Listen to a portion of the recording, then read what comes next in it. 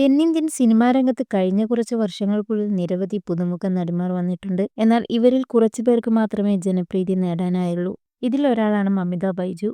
പ്രേമലുവിന്റെ വിജയത്തോടെ മമിത മുൻനിര നായക നടിയായി മാറി.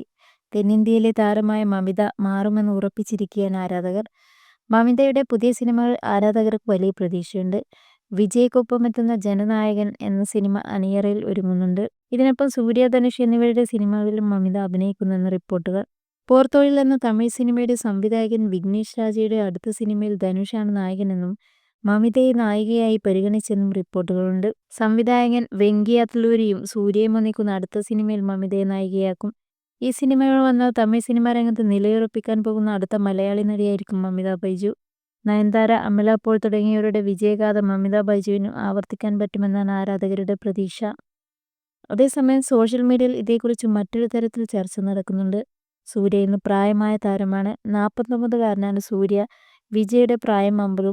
യുവനടിയായ മമിത ഇവരുടെ നായികയായാൽ സ്റ്റീരിയോ ടൈപ്പ് ചെയ്യപ്പെടുമെന്നാണ് വാദം. സൂര്യ സാറും മമിതയും ജോഡികളായി വന്നാൽ അത് ഏറ്റവും ദോഷം ചെയ്യാൻ പോകുന്നത് മമിതയ്ക്ക് തന്നെയാവും.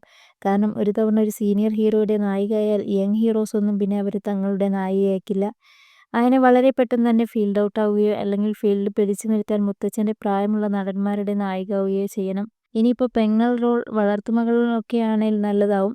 സൂര്യ സാറിൻ്റെ നായികയായി വന്നാൽ പിന്നെ നെസ്ലനൊന്നും നായികയായി അടുപ്പിക്കില്ല. ഒരു സോഷ്യൽ മീഡിയ പോസ്റ്റിൽ പറയുന്നത് ഇങ്ങനെ. ഈ വാദത്തിന് ഉദാഹരണമായി തെലുങ്ക് സിനിമാ രംഗത്ത് നയൻതാര, തൃഷ എന്നീ നടിമാർക്ക് ഇപ്പോൾ ലഭിക്കുന്ന റോളുകൾ ചൂണ്ടിക്കാട്ടി. ചിരഞ്ജീവി, ബാലകൃഷ്ണ എന്നീ നടിമാരുടെ നായികയായി മാത്രമേ തെലുങ്ക് സിനിമകളിൽ വർഷങ്ങളായി നയൻതാരയെ കാണാറുള്ളൂ. തൃഷ വർഷങ്ങൾക്ക് ശേഷം അഭിനയിക്കുന്ന തെലുങ്ക് ചിത്രം വിശംബരയിൽ ചിരഞ്ജീവിയാണ് നായകൻ. നയൻതാരയും ചിരഞ്ജീവിയും ഗോഡ്ഫാദറിന് ശേഷം ഒരുമിച്ച് അഭിനയിക്കുന്ന തെലുങ്ക് ചിത്രം കഴിഞ്ഞ ദിവസം പ്രഖ്യാപിക്കുകയും ചെയ്തു. ചിരഞ്ജീവിക്കും ബാലകൃഷ്ണയ്ക്കുമൊപ്പം നായികയായി എത്തിയാൽ തെലുങ്കിലെ യുവതാരങ്ങൾക്കൊപ്പം അവസരം ലഭിക്കുക സാധ്യമല്ലെന്നാണ് പ്രേക്ഷകർ പറയുന്നത്. അതേസമയം തെലുങ്കിലെ യാഥാസ്ഥിതിക സ്റ്റീരിയോ ടൈപ്പ് സാഹചര്യങ്ങളിൽ നിന്ന് വ്യത്യസ്തമാണ് തമിഴ് സിനിമാ ലോകം. അതിനാൽ മമിതയുടെ ഗ്രാഫും ഇങ്ങനെയാകുമെന്ന് പറയാൻ പറ്റില്ല.